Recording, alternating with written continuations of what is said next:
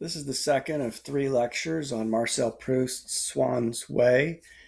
In this lecture, we're still on the section of Combray and dealing with the opening section of this great, very long novel, the novel In Search of Lost Time, of which Swann's Way is only volume one, and the Combray section is the opening part of that section, which I said in the last lecture provides you with a kind of a foundation to understand all of the narratives to come. And so we're working on building that foundation here for understanding what is happening, what's going on in Swann's Way, not just to read Swann's Way and appreciate it, but to gain access to the entirety of Proust's great 3,000 page novel.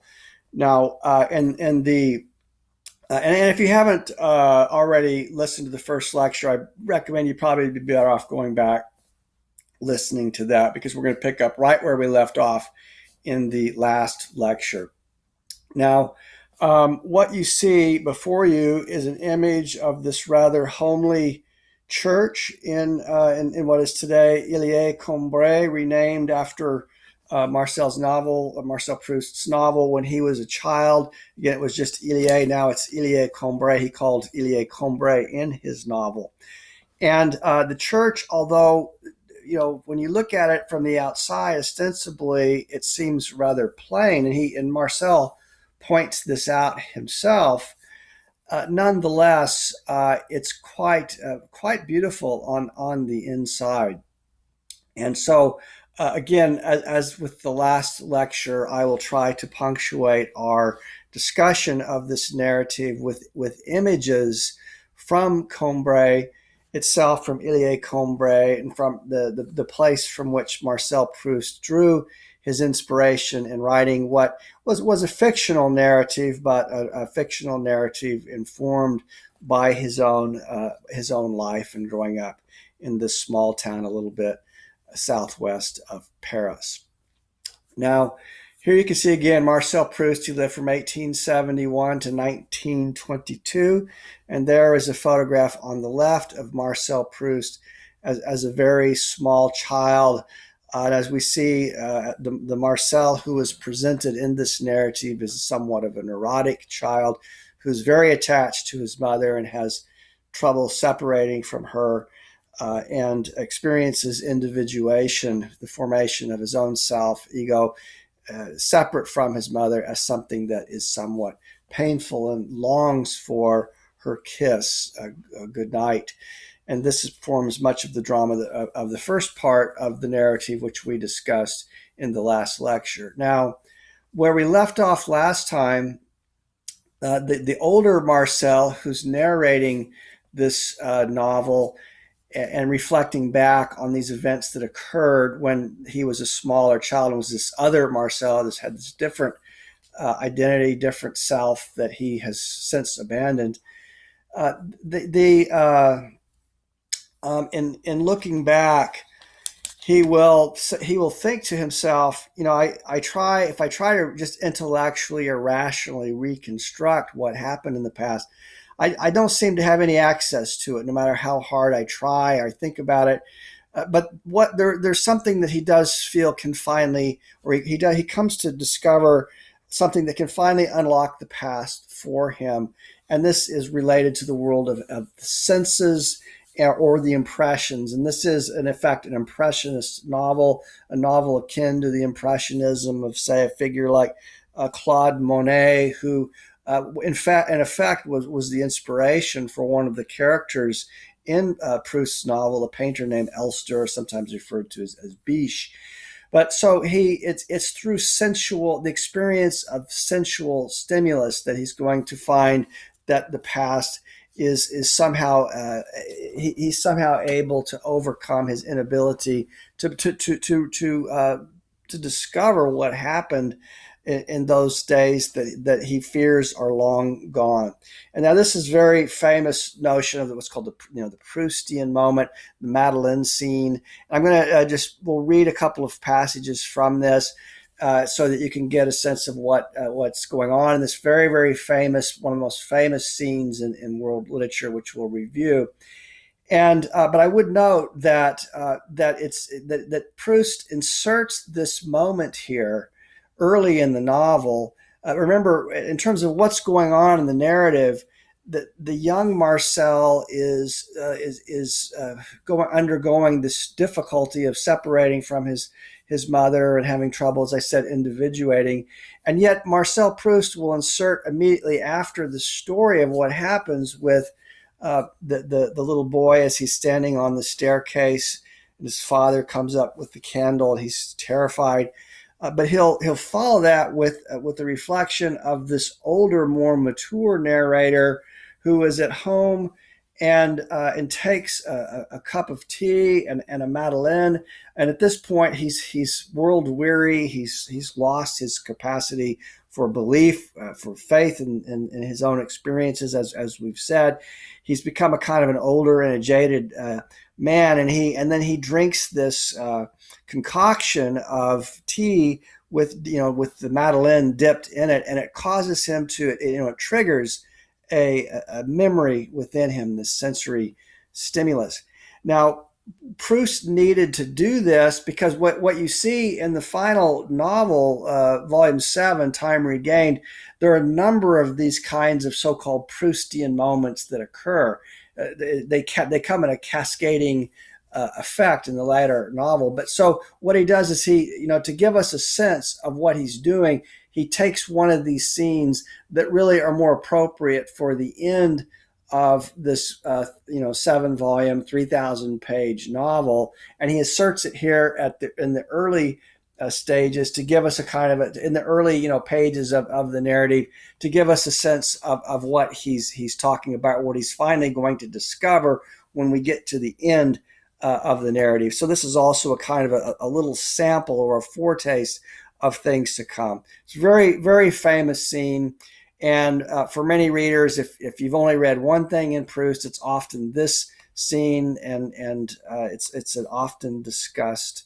We could put it in Joycean terms, a kind of an epiphany, and we'll see that the Catholic iconography is also at work in this description as well, in the images that Proust chooses in describing this revelatory moment that occurs to him when he's this older, jaded man, and the entire past comes back to him in this single instant.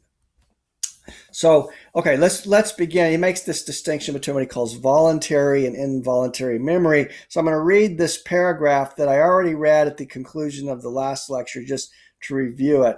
He says, since the facts which I should then have recalled would have been prompted only by an exercise of the will, by my intellectual memory, and since the pictures which that kind of memory shows us of the past preserve nothing of the past itself, I should never have had any wish to ponder over this residue of Combray. To me, it was in reality all dead. So this past is dead to him, and this is where we ended last time. And so we're going to pick up on this point. Now here he says permanently dead, or he asks this question: is it just gone? Is my experience that I underwent as a child totally unavailable to me? And he responds, very possibly. There is a large element of hazard or chance in these matters. And a second hazard, that of our own death or chance, often prevents us from awaiting for any length of time the favors of the first. I feel that there is much to be said for the Celtic belief that the souls of those whom we have lost are held captive in some inferior being, in an animal, in a plant, in some inanimate object, and so effectively lost to us until the day, which to many never comes, when we happen to pass by the tree or to obtain possession of the object which forms their prison. Then they start to tremble. They call us by our name. And as soon as we have recognized their voice, the spell is broken. We have delivered them. They have overcome death and returned to share our life. This is a very interesting passage. I might note that Swann, who is one of the main characters of this long narrative, is a collector of antiques, and so too is Marcel's grandmother. And now the mania to collect antiques is also linked to the idea that the antique as an object is a link to a past that is lost. So think of going into an antique store and picking up the objects on the shelf. And it's almost like taking a trip in a time machine, going back to a past that's totally lost to us. Now, for people who are quite young, going into an antique shop may have it may do nothing for them at all. But for an older person, you go into an antique shop and you may come, some randomly across some object, and that object may remind you of some incident or some moment of your childhood. And that's really what he's saying here, is that it's quite by chance that we may come across some kind of object or some sort of sensual experience that's going to unlock for us this past that exists somewhere, but where. Now, this also is akin to the Freudian idea of the unconscious. There are memories that are locked within us, and the object that we randomly happen to come upon may somehow mysteriously unlock these memories from the chambers in which they're hidden. And so it is with our own past, Proust writes. It is a labor in vain, an attempt to recapture it.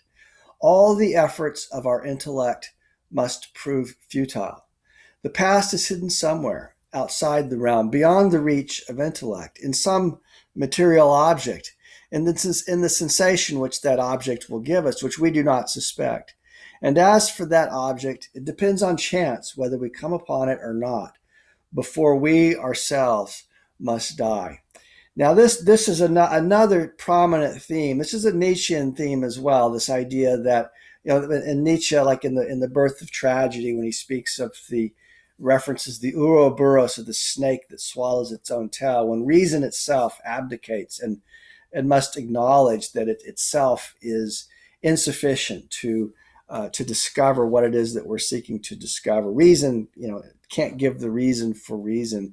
And so reason has its limitations. And, Proust takes us to those moments of reason's limitations. And so he recognizes that no matter how hard he tries rationally, he's not going to be able to overcome the time that has passed or to recover it. But it is possible to uncover it. It's just that you can't use the intellect to do it. It's particularly for Proust, the way that he describes the experience of involuntary memory is that it's a sensual experience linked to the five senses, such as taste and touch and sound. Some of these Proustian moments that occur, like in one instance in Time Regained, somebody hits a spoon against a glass and it causes a recollection for him. So it's not strictly a matter of taste and smell. It can be touch. There's all kinds of ways that these impressions can cause this recovery of lost time within us. Here's the Madeleine scene, very famous scene, as I said one time. Sometimes I put in quotes what's called the Proustian moment. He says, many years had elapsed during which nothing of Combray, save what was comprised in the theater and the drama of my going to bed there, had any existence for me. When one day in winter, as I came home, my mother, seeing that I was cold, offered me some tea, a thing I did not ordinarily take. I declined at first, and then, for no particular reason, changed my mind. She sent out for one of those short, plump little cakes called petites madeleines, which look as though they had been molded in the fluted scallop of a pilgrim's shell. And soon, mechanically, weary after a dull day with the prospect of a depressing morrow, I raised to my lips a spoonful of the tea in which I had soaked a morsel of the cake. Now here you see, this is a photograph I took next to the bed of Aunt Leonie in Aunt Leonie's house, in the house where Proust grew up. And you can see there the little fluted cake, the petite madeleine, and the teacup and the teapot beside it.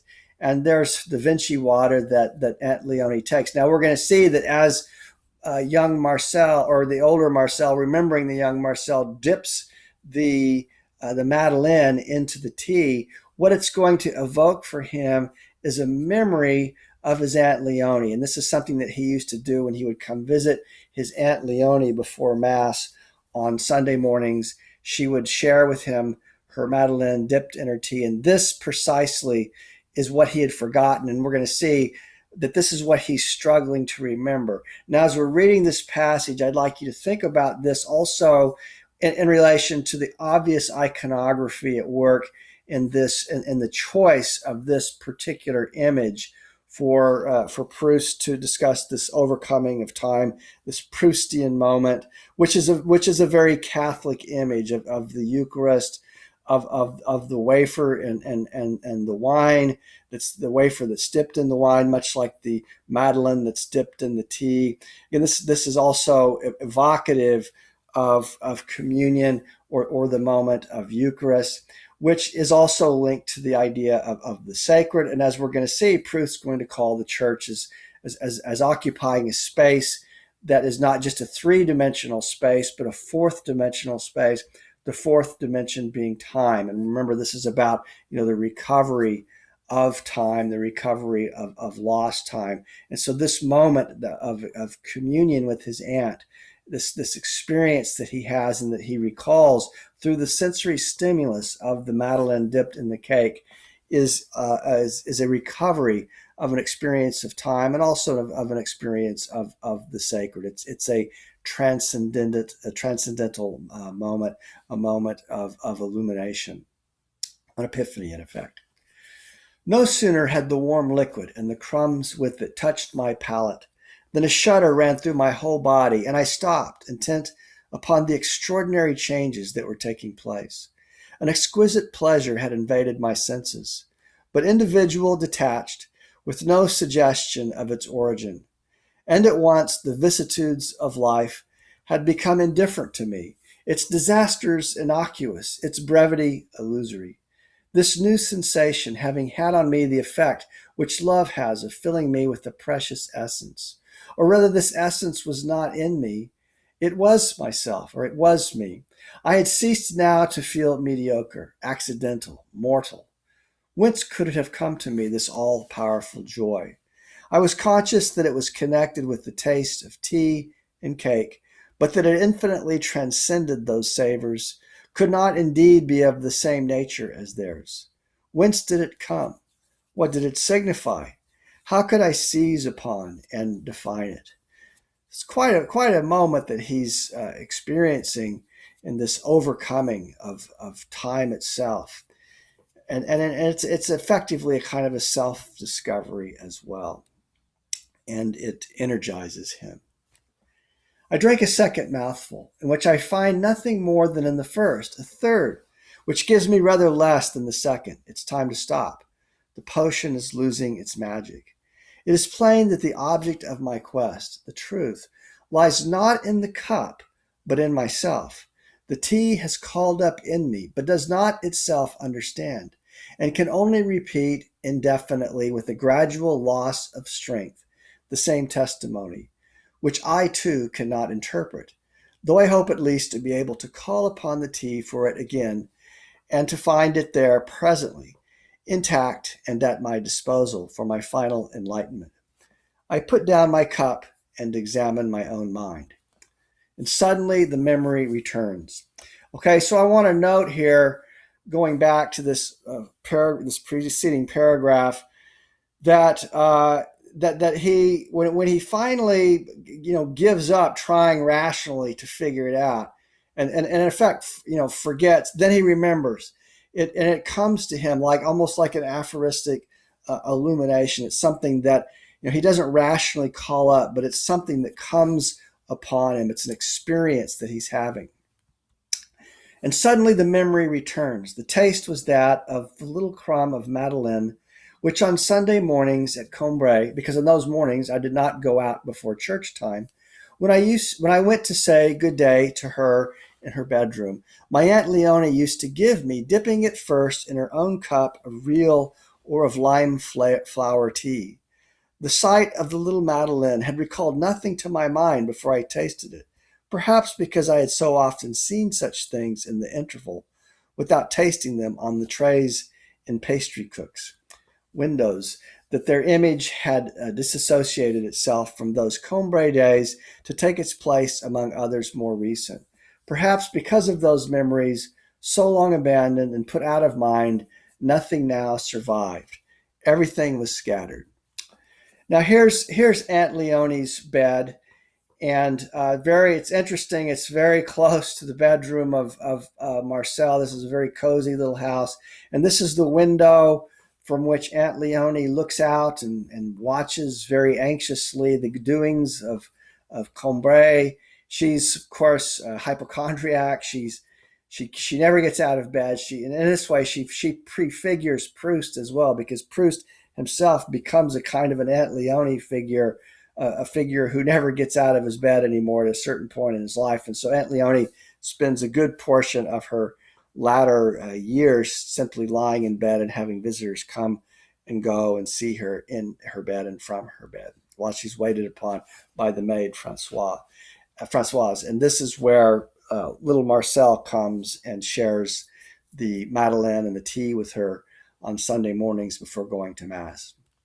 Here's the view from outside Aunt Leonie's window. And in one scene, for instance, she sees a dog that she doesn't recognize, and it causes her to be very anxious. And she has to inquire to everybody, who does the dog belong to? So everybody who comes and goes in Combray is known. Even every dog or cat is known through and through. And if she comes across a person or an animal she doesn't know, she becomes quite anxious. Okay, here's Proust. But from when a long distance pass, nothing subsides. After the people are dead, after the things are broken and scattered, still alone, more fragile, but with more vitality, more unsubstantial, more persistent, more faithful. The smell and taste of things remain poised a long time, like souls, ready to remind us, waiting and hoping for their moment, amid the ruins of all the rest, and bear unfaltering in the tiny and almost impalpable drop of their essence, the vast structure of recollection. Now, this is a wonderful image from a tiny drop of this tea comes an entire universe that is recollected. And so he's going to use this image of a Japanese paper flower that spreads open inside of a teacup.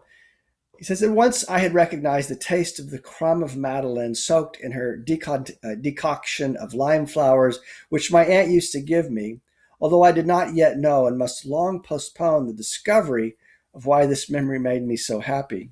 Immediately the old gray house upon the street where her room was rose up like the scenery of a theater to attach itself to the little pavilion, opening onto the garden which had been built out behind it for my parents. Now let me go back here when he says here, I note putting in parentheses, although I did not yet know and must long postpone the discovery of why this memory made me so happy. Again, this is what I'm saying, is that this scene was inserted to prefigure what is to come, because in terms of the narrative that is occurring, we're still in the world of the young Marcel who is growing up. We're not by any means in the world of this older, more mature Marcel. This will not come to us until the last novel or the later novels. So he takes a section from the later novels and inserts it here to give us a kind of a hint of, to try to understand what it is that he's doing. The isolated panel, which until that moment had been all that I could see, and with the house, the town from morning to night, and in all weathers, the square where I was sent before luncheon, the streets along which I used to run errands, the country roads we took when it was fine. Now here you see an image of Combray. This is the square that he's talking about. If you look on the right, this is a street in Combray, and you can see how the church towers above all of the other buildings in town. Many which are medieval buildings, built very long ago. You can see that on the left, the medieval architecture there in the center. And this is this little square, and you can see the church there. All of this, as I said, is just right there in his backyard. So these are very intimate memories for him.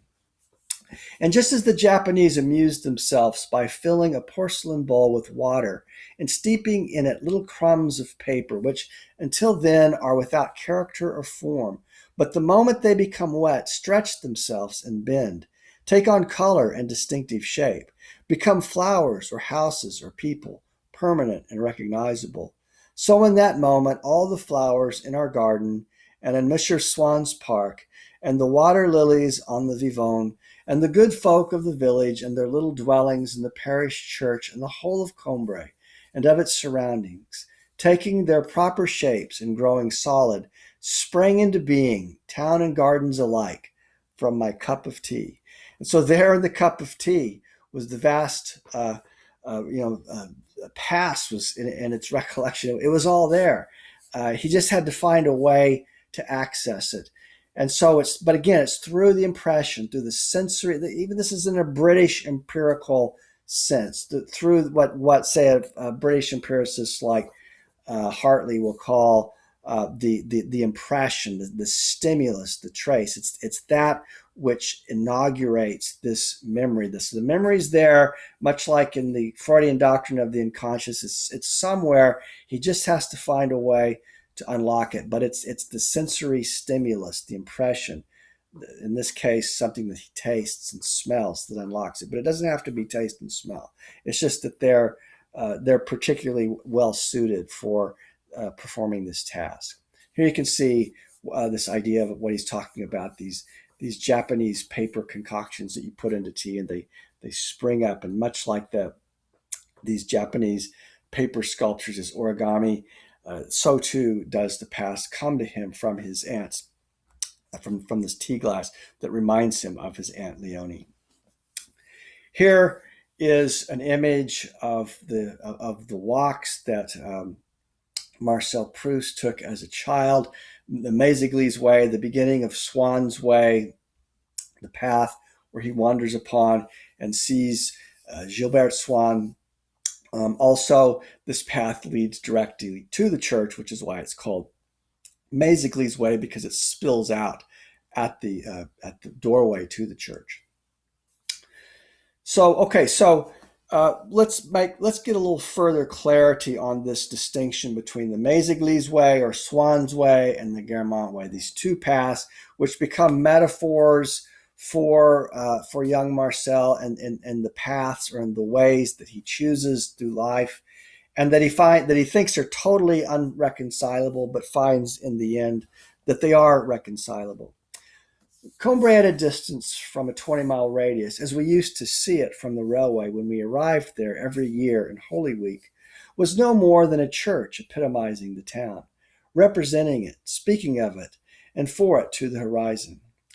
To live in Combray was a trifle depressing, like its streets, whose houses, built of the blackened stone of the country, fronted with outside steps, capped with gables which projected long shadows downward, were so dark that one had, as soon as the sun began to go down, to draw back the curtains in the sitting rooms, streets with the solemn names of saints, not a few of whom figured in the history of the early lords of Combray, which is, again, it has medieval origins.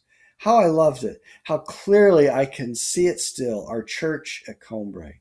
The old porch by which we went in, black and full of holes as a colander, was worn out of shape and deeply furrowed at the sides, as also was the holy water stoop to which it led us, just as if the gentle grazing touch of the cloaks of peasant women going into the church and of their fingers dipping into the water had managed by age-long repetition to acquire a destructive force, to impress itself on the stone, to carve ruts in it like those made by cartwheels upon stone gate-posts against which they are driven every day.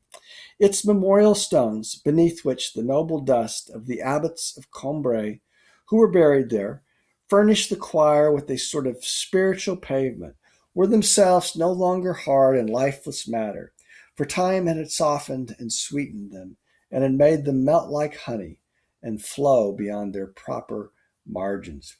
Well, this is a beautiful image of what happens with the stone that becomes soft. And indeed, if you've been into any of these medieval churches in France, you can see exactly what he's talking about. And this is certainly the case of this very old church in Combray, where Marcel Proust worshipped as a child.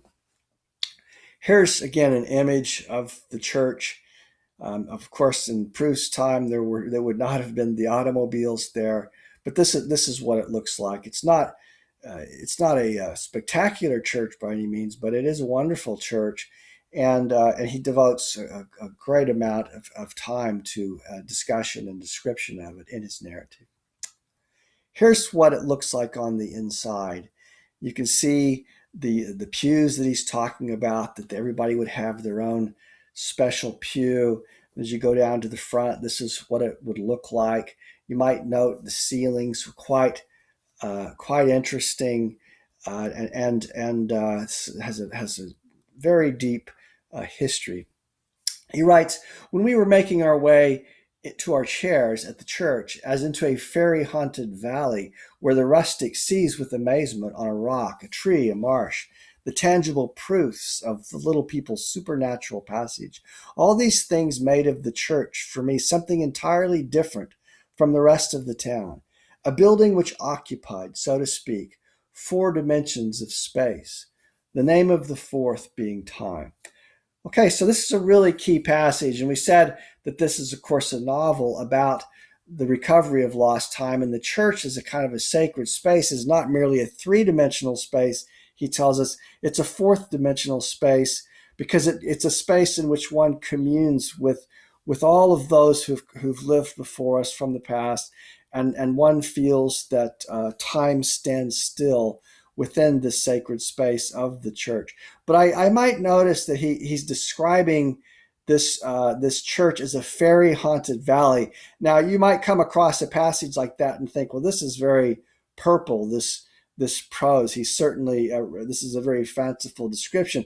But remember, we're looking at this through the eyes of the child, who sees in the church as being a quite enchanted place. And I think when we look at the images of what the top of what the ceiling from the inside looked like, you could see how it would indeed, this is hardly a hyperbole or an exaggeration. It indeed has this kind of enchanted feeling. It's very colorful. It's a very interesting experience to go into this quite unusual and distinct church that he loved as a child and retained his love for throughout his life. Again, not necessarily in a dogmatic sense. Proust is not, dogmatically Catholic, but it's all of these experiences are tied up with his childhood, and so whether you're Catholic or Jewish or Muslim or Hindu or whatever you are, atheist, I think we all have an experience of this period of enchantment when we're children, and this is just happens to be where this experience of enchantment occurred for him. For there we were in the environs of Combray, for there were in the environs of Combray 2 ways. These are the 2 paths which we used to take for our walks, and so diametrically opposed that we would actually leave the house by a different door according to the way which we had chosen, the way towards Méséglise-la-Veneuse. This is the way our church, the way of our church, which he says, which we also called Swann's way, because to get there one had to pass along the boundary of Monsieur Swann's estate, and the Guermantes way. So these ways, they seem so diametrically opposed to him that they actually have to leave through different doors in the house to take these different paths. And so he doesn't at all think of them as being the same. But in fact, they route around to the same place. And his father knows how to make this entire circuit, but he doesn't as a child. And generally, they don't do it that way. They don't walk the whole circuit. They'll just walk a little bit one way, and then they'll come back. And so he thinks of them as 2 entirely different paths, 2 entirely different trails or ways, and these become metaphorical for him of paths, choices in life of which path he should take or would like to take as he's growing up. Now, I would note in passing, as we'll see when we look at the section from Swann, now Swann becomes involved with this a little group called the Vétérans, and so too does Marcel when he grows up. He also gets drawn into this little circle of the Vétérans, with what the petit groupe, le petit clan de Vétérans, the little group, the little clan of the Vétérans that Proust describes in Swann in Love. And so one of the things that we see is a kind of a dichotomy that emerges between a kind of a bogus, a desacralized experience of a clan, as opposed to the actual, sacred experience that he has as a child in a context of a world or a family where he's, loved by his parents, by his aunts, by his grandmother. He has a place that is a kind of a sacred and holy place, as opposed to this more secular and profane experience, which becomes, the Verdurins become a kind of a grotesque parody of the more authentic experience of a clan that he has as a child. So here you can see there's the church on the right, at the conclusion of the Méséglise Way or the Swann's Way. This, if you were to see it going away, that on the left you see the trail going away, from the church. And I took these pictures and it was in February, so you don't see the leaves on the trees, but normally you can imagine it would be very beautiful in spring and fall with the leaves in flower. As for the Guermantes Way, Marcel tells us, I was to know it well enough one day, but that day had still to come. And during the whole of my boyhood, if Méséglise was to me something as inaccessible as the horizon, remember this is Swann's Way, which remained hidden from sight, however far one went, by the folds of a country which no longer bore the least resemblance to the country round Combray. Guermantes, on the other hand, meant no more than the ultimate goal, ideal rather than real, of the Guermantes Way, a sort of abstract geographical term like the North Pole. And so to take the Guermantes Way in order to get to Méséglise Way or Swann's Way, or vice versa, would have seemed to me as nonsensical a proceeding as to turn to the east in order to reach the west, since my father used always to speak of the Méséglise Way as comprising the finest view of a plain that he knew anywhere, and of the Guermantes Way as typical of river scenery. I had invested each of them by conceiving them in this way as two distinct entities, with that cohesion, that unity which belongs only to the figments of the mind. So let me note again, this is Swann's Way. You could think of this novel, he could have called it Méséglise Way. He also has the third novel in the series is Guermantes Way. So these are again foundational metaphors, foundational figures that he's establishing in the early paragraphs, early texts of this novel. But he'll follow these themes through out the rest of the narratives as well. And this distinction was rendered still more absolute because the habit we had of never going both ways on the same day or in the course of the same walk, but the Méséglise Way one time and the Guermantes Way another, shut them up, so to speak, far apart and unaware of each other's existence, in the sealed vessels between which there could be no communication of separate afternoons. Here's, again, another image of this path. And if you go to Illiers-Combray today, you can read these instructions that can give you hints about, about these different trails that he took, many of which are wonderfully well preserved in the town of Illiers-Combray today. And so it was from the Guermantes Way, Marcel writes, that I learned to distinguish between these states which reigned alternately in my mind during certain periods, going so far as to divide every day between them, each one returning to dispossess the other with the regularity of a fever and ague. So the Méséglise Way and the Guermantes Way remained for me linked with many of the little incidents of that one of all of the diverse lives along whose parallel lines we are moved, which is the most abundant in sudden reversals of fortune, the richest in episodes.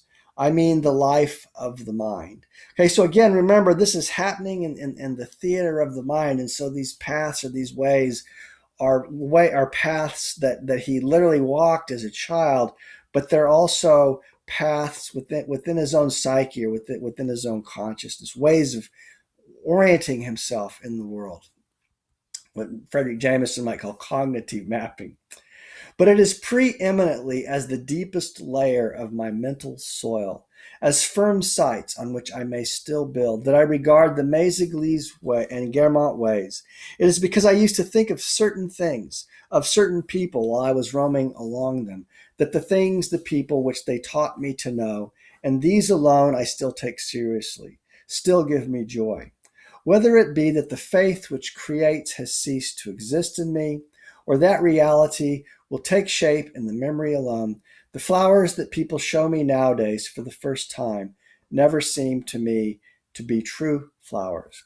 So again, these paths he describes them as the deepest layers of his mental soil, but he links them also to the question of faith, to the question of belief, because when he walked these paths, he still was at that time of enchantment and wonder as a child, where he still believed, and this was these were very formative moments. This shaped his entire way of thinking about the world, and this is often this is true of us when we're children. This is again this tells us something about the influence of Freud on Proust, about how our childhood experiences can leave such an impact upon us. The Méséglise way, with its lilacs, its hawthorns, its cornflowers, its poppies, its apple trees, the Guermantes way, with its river full of tadpoles, its water lilies, and its buttercups, have constituted for me for all time the picture of the land in which I fain would pass my life, in which my only requirements are that I may go out fishing, drift idly in a boat, see the ruins of a Gothic fortress in the grass, and find hidden among the cornfields, as Saint André des Champs lay hidden, an old church, monumental, rustic, and yellow like a millstone, and the cornflowers and the hawthorns, the apple trees, which I may happen when I go walking to encounter in the fields, because they are situated at the same depth on the level of my past life, at once establish contact with my heart. Now, those descriptions that we were just reading, I wanted to bring up here. As I said, Proust one could think of him as a writer of Impressionism, much like Claude Monet, who's an Impressionist painter. And as I said previously, Monet himself is an inspiration for one of the characters in Proust's novel. And so, much like Monet is creating impressions, we've just seen the description of the water lilies. So too is this a novel of impressions, and a novel about impressions. Here you can see more of this kind of painting from Monet, and who was certainly an inspiration for Proust. No doubt by virtue of having permanently and indissolubly combined in me groups of different impressions, for no reason save that they had made me feel several separate things at the same time, the Méséglise and Guermantes way left me exposed in later life to much disillusionment, and even to many mistakes. For I have often wished to see a person again without realizing that it was simply because that person recalled to me a hedge of hawthorns in blossom. And I have been led to believe, and to make someone else believe, in an aftermath of affection by what was no more than an inclination to travel, but by the same qualities and by their persistence in those of my impressions today, to which they can find an attachment. The two ways give to those impressions a foundation, a depth, a dimension lacking from the rest. They invest them too with a charm, a significance which is for me alone. So we all have our foundations. We all have our paths, our Guermantes ways, our Méséglise ways. But this was Proust's own particular experience as a child, and it left a very deep impression upon him indeed. Now here you can see, I mentioned this previously, Monet, who painted the cathedral in Rouen, where the same cathedral that was the inspiration for Flaubert's St. Julian's story in Three Tales. It's interesting that Monet would set up his tableau and he would paint the exact same scene day after day, but at different times in the day where the light hit it differently. And each different painting offers a different impression based upon the ever-changing light. We might think of what Monet is doing as quite akin to the kind of impressionistic writing style that we find in Proust.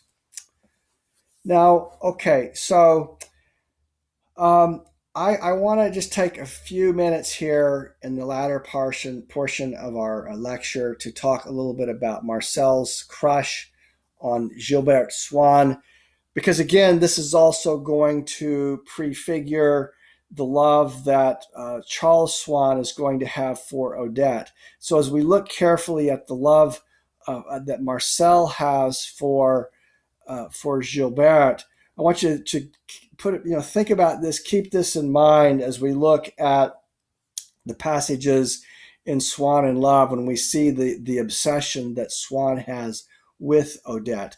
And there's a very similar process at work in both cases where there is a kind of a recognition of, that is also a misrecognition in which both lovers, the young Marcel who's struck with puppy love and Charles Swann who's smitten at an older age, they see and both don't see the person whom they love, because what they're really seeing may have more to do with something that's happening within themselves than it is within the beloved. Here's Marcel's description, the older Marcel's description of what happens to the young Marcel when he is smitten in love with Gilberte Swann and comes upon her on the Méséglise way, or the Swann's way. As we were liable there to meet Monsieur Vinteuil, who held very strict views on the deplorable untidiness of young people, which seemed to be encouraged in these days, my mother would first see that there was nothing out of order in my appearance, and then we would set out for the church. Now, I would note here in passing that the Monsieur Vinteuil, who they meet, is also the same figure who is the composer who writes the little phrase, or who writes the sonata that Swann is going to become so obsessed with. And what's quite ironic is that Swann knows this composer, but he doesn't know him at the same time, because he doesn't recognize that this is the same man who wrote this sonata. He thinks it's just a little man who lives in his town. And again, this illustrates this idea of how we don't have just one self, we have many selves, and each self can become a kind of a construction of others. And so this is a recognition is always laden with misrecognition in Proust. It was in these month of Mary services, that I can remember having first fallen in love with hawthorn blossom. The hawthorn was not merely in the church, for there, holy ground as it was, we had all of us a right of entry, but arranged upon the altar itself, inseparable from the mysteries in whose celebration it was playing a part. Higher up on the altar, a flower had opened. I want to note here before we go to the next slide that this hawthorn it adorns the altar of Mary. Mary, the apparition of Mary, is always attended with flowers, in this case with hawthorns, and the young Marcel loves hawthorns, which grow along the Méséglise way, but which also are used to adorn the altar of Mary during the month of May, the Mary May Day celebrations, which is also a celebration of the coming of spring. Here and there, with a careless grace, holding so unconcernedly, like a final, almost vaporous bedizzening, its bunch of stamens, slender as gossamer, which clouded the flower itself in a white mist. Then in following these with my eyes, and trying to imitate somewhere inside myself the action of their blossoming, I imagined it as a swift and thoughtless movement of the head, with an enticing glance from her contracted pupils, by a young girl in white, careless and alive. So here you can see these are what hawthorns look like. They're very fragrant, and they are important to Proust and to young Marcel, and they're associated with this time with Mary and with this sacred experience that he had when he was a child. When before turning to leave the church, I made a genuflection before the altar, I felt suddenly as I rose again a bitter, sweet fragrance of almonds steal toward me from the hawthorn blossom. The absence of Mademoiselle Swann, which, since it preserved me from the terrible risk of seeing her appear on one of the paths and of being identified and scorned by the so privileged little girl who had Bergotte for a friend and used to go with him to visit cathedrals, made the exploration of Tanzanville now, for the first time, permitted me a matter of indifference. Just a couple of quick notes here. Bergotte is a writer modeled after Anatole France, another really prominent figure who becomes a model in Proust for the character Bergotte in this narrative. And he is, he can't. The reason why he can't meet Mademoiselle Swann, as we're going to discover, is that Mademoiselle Swann is the daughter of Odette Swann, the woman whom Swann becomes obsessed with and falls in love with. But she's a courtesan. Now, a courtesan is essentially a high-class prostitute, and that's what Odette is. So Swann falls in love with from a social standing perspective, a figure who is considered to be disreputable, and they have a child together. This is Gilberte. And Swann then in later life does everything he can to get his daughter Gilberte accepted in high society, or just even in respectable society. Little Marcel is not allowed to meet Gilberte Swann because her mother is of such disreputable character, and Proust's or Marcel's family are upstanding members of the bourgeoisie. And so this accentuates Marcel's longing to see this little girl and play with this little girl who is forbidden to him. And it's partly because she is forbidden to him that he develops this attraction to her. But the family goes for walks along Mézigly's way, but they don't go in times when they fear that they may come upon Charles Swann, upon the path with his daughter, because then they would have to introduce Gilberte to Marcel, and this would cause all kinds of social awkwardness for them. So they studiously avoid meeting Gilberte and Swann along this path, and so they believe or imagine in this particular sequence, narrative sequence, that Gilberte and Swann are not at home, and they find that they are at home. And so when they come upon Gilberte at last, it's quite a surprise and something that they are not looking. They're not happy. That the parents of Marcel are not happy about. However, it seemed to invest the property in my grandfather's and my father's eyes with a fresh and transient charm, and like an entirely cloudless sky when one is going mountaineering, to make the day extraordinarily propitious for a walk in this direction. I should have liked to see their reckoning proved false, to see by a miracle Madame Swann appear with her father so close to us that we should not have time to escape, and should therefore be obliged to make her acquaintance. So there, the father and the grandfather, the mother's not, Marcel's mother's not there, but his father and his grandfather are there, and young Marcel is wishing very much that they're wrong and they are mistaken in their belief that Swann and Gilberte have returned to Paris. And in fact, we find out that they have not, that they are there on the path. And here's this scene of discovery when Marcel comes upon Gilberte, and it effectively functions as a kind of an epiphany. Again, when he sees her, he's having an extraordinary internal experience. We can think of this as love at first sight, but it's certainly an internal psychological process that is very significant to him and that occurs within him when he by accident comes upon this little girl along the path. And so when I suddenly noticed a straw basket lying forgotten on the grass by the side of a line whose float was bobbing in the water, I made a great effort to keep my father and grandfather looking in another direction. He thinks that she's there. He senses that she is. He sees a basket, so he tries to distract his father and grandfather to not turning around and leaving the path, away from this sign that she might, after all, be in residence. Maybe she's home.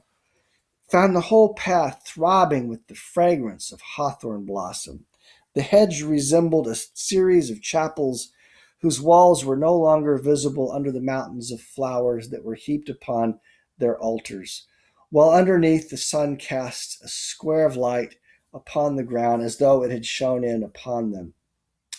So I might note again that when he comes upon the girl and he apprehends her, it's also this experience that he's having in this encounter is attended by the smell or the fragrance of hawthorns. Now, in Catholic theology, whenever the one of the figures like when Mary, for instance, will appear, and in the Catholic tradition, there are apparitions of Mary that are still believed and verified as such by the church to occur. Often, when these apparitions occur, they are accompanied by the smell of flowers, the smell of roses, hawthorns, like in the case of, say, closer to home here in the United States, and Shrine of Guadalupe in Mexico, where Mary is said to appear to two young peasants, children, and they, wrap.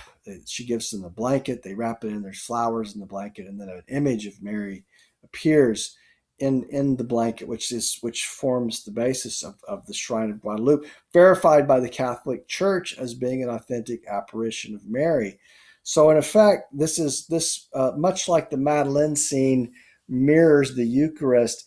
The coming upon the little girl on the path is mirrored in the religious discourse of apparitions of Mary, and it's certainly an extraordinary. The way that Proust describes Marcel's encounter of Gilbert is an extraordinary event from a phenomenological perspective. It says, the scent that swept over me from the hawthorns, was as rich and as circumscribed in its range as though I had been standing before the Lady altar, and the flowers, themselves adorned, also held out each its little bundle of glittering stamens with an air of inattention, fine radiating nerves in the flamboyant style of architecture, like those which, in church, framed the stair to the rude loft or closed the perpendicular tracery of the windows. High up on the branches, like so many of those tiny rose trees, and their pots concealed in jackets of paper lace, whose slender stems rise in a forest from the altar on the greater festivals, 1,000 buds were swelling and opening, paler in color, but each disclosing as it burst, as at the bottom of a cup of pink marble, its blood-red stain, and suggesting even more strongly than the full-blown flowers the special, irresistible quality of the hawthorn tree, which, wherever it budded and wherever it was about to blossom, could bud and blossom in pink flowers alone. Taking its place in the hedge, but as differently from the rest as a young girl in holiday attire, among a crowd of dowdy women in everyday clothes who were staying at home, equipped and ready for the month of Mary, of which it seemed already to form a part, it shone and smiled in its cool, rosy garments, a Catholic bush indeed, and altogether delightful. So now this is a real build-up, so that when that all of this iconography and this religious language, these symbols and descriptions that are encoded in this encounter, we haven't even come upon Gilbert yet, but we're certainly being set up for an experience of the sacred.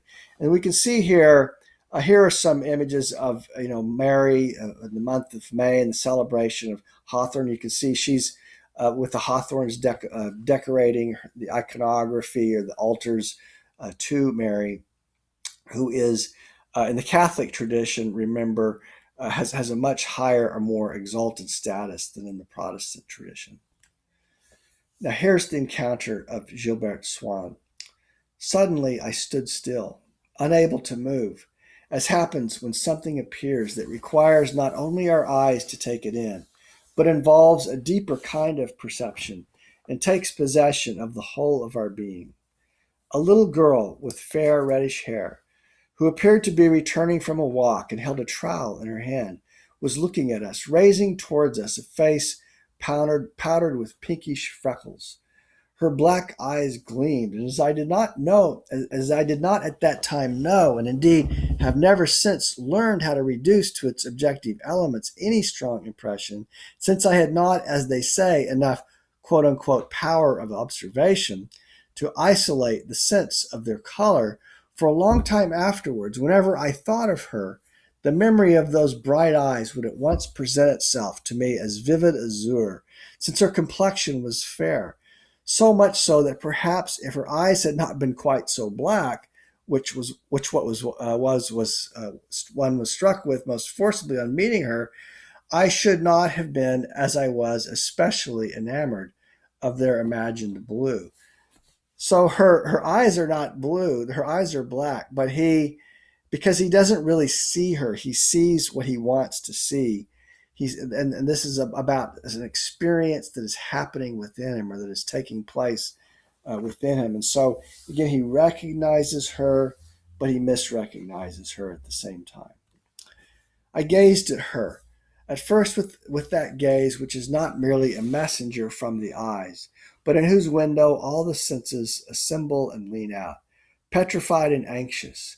That gaze which would fain reach, touch, capture, bear off in triumph the body at which it is aimed, and the soul with the body.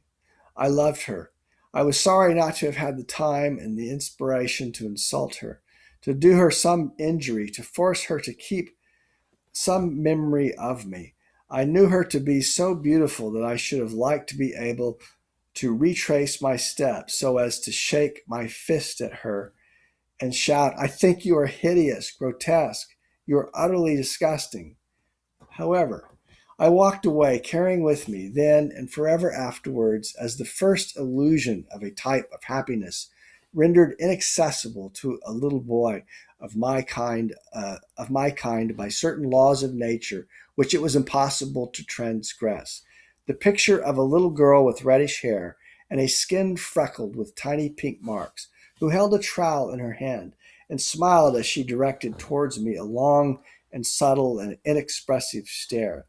And already the charm with which her name, like a cloud of incense, had filled that archway in the pink hawthorn through which she and I had together heard it sound, was beginning to conquer, to cover, to embalm, to beautify everything which with it had any association. So now this is an image of the goddess Aletheia. Those of you who've encountered the thought of Heidegger will recognize this figure, the goddess truth, of unconcealment. And I just mentioned this in passing. We think of the story of Parmenides, who wanders along the path, comes upon a clearing and an opening, and there the goddess Aletheia becomes unconcealed to him, or what was hidden becomes unhidden. I also, ballet. This was Odette in Swann. These are figures inspired by Swann. Like ballet is similarly a kind of a metaphysical art, in the sense that the crown jewel of the ballet is the moment of the pas de deux, in which the two main dancers come to a clearing or an opening, and something extraordinary takes place in that opening in the woods. And this is essentially what is happening. So on the one hand, it's just a little boy taking a walk, but on the other hand, it's a moment that remains extraordinary to him and fixes itself in his memory. Now, we know later that we've seen that Madame de Saint-Loup is also Gilbert, a very different Gilbert, and one wonders what happened to this other Gilbert, who simply becomes a friend of him in much later life as he goes through other and various experiences, and then later falls in love with a young girl named Albertine. This is an instance of what Roger Shattuck is calling Proust's complaint. So I want to bring this in as we're coming to the conclusion of this lecture in relation to this question of faith. Because, again, on the one hand, you can say, well, this almost seems rather, funny, if not, ridiculous, that such an extraordinary event is happening to this young child. And but all of this, remember, is happening in the imagination of a child. But remember, it's because he believes. This is an era of faith, of belief in his a childish development, an era of giving credit, a time of giving credit. And later, he begins to lose faith in his own experiences and in himself as well, in his own talent as a writer. And this becomes one of the themes of the novel: his inability to give credit to himself. The wonderful belief that he has as a child when he thinks of the church as a veil of fairies, and when he thinks of this encounter with Gilberte as having some extraordinary significance, is all linked to the fact that he lives in a world that is filled with meaning and that he believes in, but he gradually loses this belief. Now, here is him describing the beginning of his loss in his own talent as a writer when he's a child, when he ceases to believe in himself. It's perhaps this want of talent, this black cavity which gaped in my mind when I ransacked it for the theme of my future writings, was itself no more either than an unsubstantial illusion. It was evident to me then that I existed in the same manner as all other men, that I must grow old, that I must die like them, and that among them I was to be distinguished merely as one of those who have no aptitude for writing. And so, utterly despondent, I renounced literature forever. Now we know he's going to recover his belief in himself, and he's going to finally get home and write that novel. And Proust himself, I think he spent 7 years just laying in bed obsessively writing day after day after day. Once he overcomes this fatal lack of self-belief. This intimate, spontaneous feeling, this sense of the nullity of my intellect prevailed against all the flattering speeches that might be lavished upon me. As a wicked man, when everyone is loud in the praise of his good deeds, is gnawed by the secret remorse of conscience. So no matter how much people praise him, his family, and tell him he can do this, there's something deep and dark within himself that refuses to allow him to believe that he can accomplish this. I'm going to skip now to the very end of the Swann's Way. In the next lecture, we'll go over the novel within the novel, Swann in Love. But after that novel ends, Proust returns to this continuous narrative, which he'll then follow through in the 6 other volumes after Swann's Way.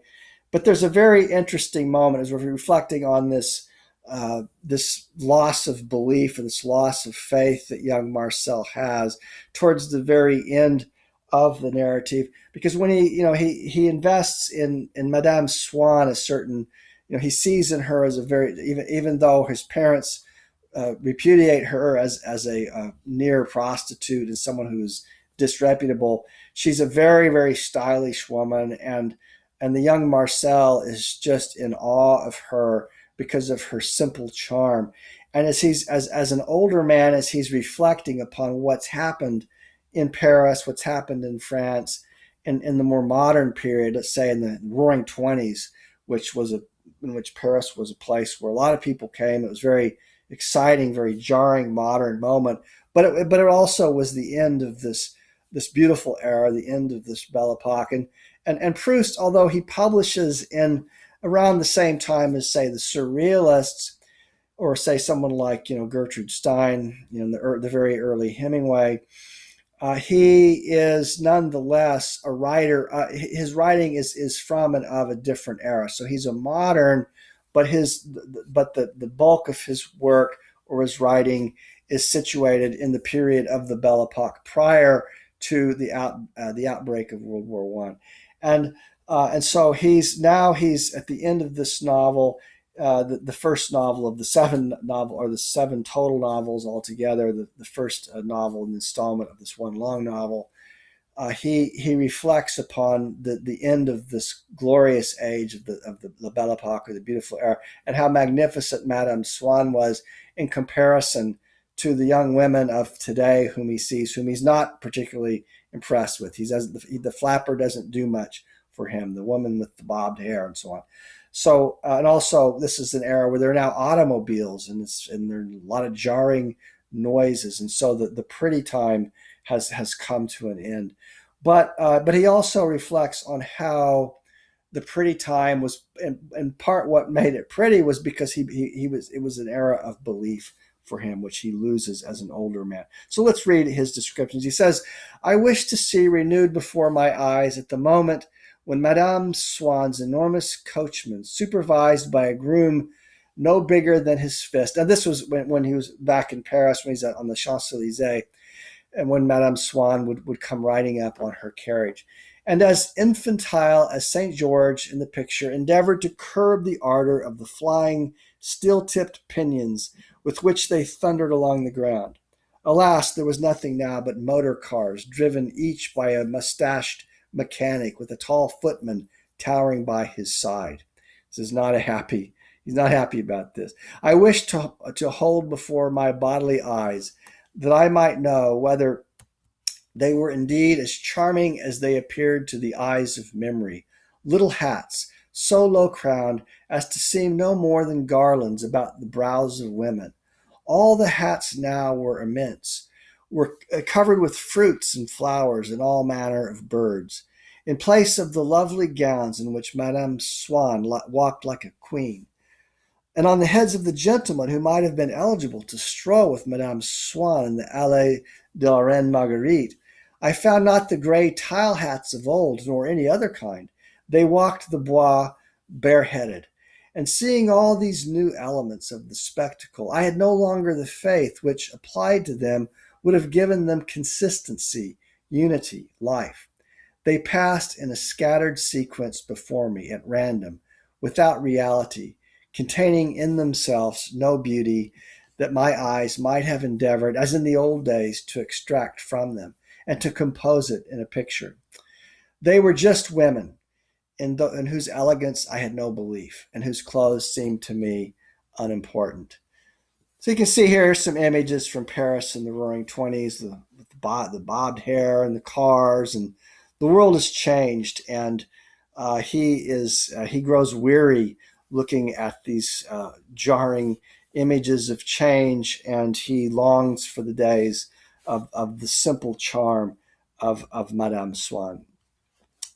But when a belief vanishes, Proust tells us, there survives it more and more ardently, so as to cloak the absence of the power, now lost to us, of imparting reality to new phenomenon, an idolatrous attachment to the old things which our belief in them did once animate, as it was in that belief and not in ourselves that the divine spark resided, and as if our present incredulity had a contingent cause, the death of the gods. So this is a really interesting theme, and it's also linked to the theme of the recovery of lost time. But he tells us, my consolation is to think of the women whom I have known in the past, now that there is no standard left of elegance. But how can the people who watch these dreadful creatures hobble by beneath hats on which have been heaped the spoils of aviary or garden bed, how can they imagine the charm that there was in the sight of Madame Swann, crowned with the close-fitting lilac bonnet, of which a tiny hat from which, or with a tiny hat from which arose stiffly above her head a single iris? Could I ever have made them understand the emotion that I used to feel on winter mornings when I met Madame Swann on foot in an otter-skin coat with a woolen cap from which stuck out two blade-like partridge feathers, but enveloped also in the deliberate artificial warmth of her own house, which was suggested by nothing more than the bunch of violets crushed into her bosom. And so, although this time has passed, he wonders how he can make his readers, feel what he felt, and I think he does a pretty good job of it. Because I should have required also that they be the same women, those whose costume interested me, because at a time when I still had faith, my imagination had individualized them and had provided each of them with a legend. The reality that I had known no longer existed. It sufficed that Madame Swann did not appear in the same attire and at the same moment, for the whole avenue to be altered. The places that we have known belong now only to the little world of space on which we map them for our own convenience. None of them was ever more than a thin slice, held between the contiguous impressions that composed our life at that time. Remembrance of a particular form is but regret for a particular moment, and houses, roads, avenues are as fugitive, alas, as the years. And that is the conclusion of his first novel, Swann's Way, in the 7-part series. And if you can, if you're hooked at the end of this one, you'll continue reading for sure. It does there are places in somewhere about 2/3 through where it can get a little, where it gets bogged down. Now Proust's discourse is very complex, but I think for many readers, Swann's Way is one of the favorites. Time Regained is a favorite for many. The second novel, A l'ombre des jeunes filles en fleur, in the shadowing and the flower of young girls in flower, is also a wonderful novel that many readers enjoy.